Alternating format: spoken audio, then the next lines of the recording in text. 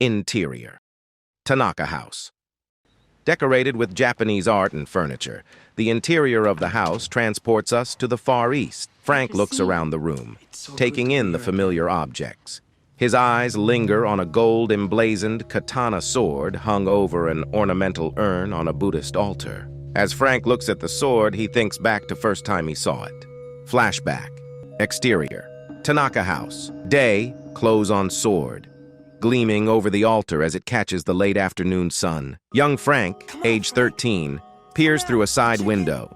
He's wearing a San Francisco Giants baseball cap, a t-shirt, and blue jeans, like any American kid. While Chuck and Eddie go for the sword, Frank looks around the room. They hear the sound of a truck pulling into the driveway. As Eddie and Chuck head for the open window, they drop the katana sword. Frank picks up the sword and holds it in his hands. He's overcome by an almost hypnotic sensation as he feels its power.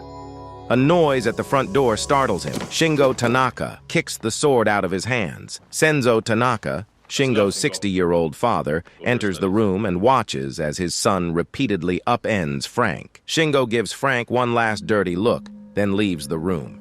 Tanaka approaches Frank. Frank is getting nervous. You cannot get katana sword by stealing. It is a very special sword. You must earn it. Faster than the eye can see, Tanaka swings the blade past Frank, shearing the bill clean off the boy's cap. Frank is left with a baseball beanie on his head. His face goes white. Call the cops? Not if we make a deal. What kind of a deal?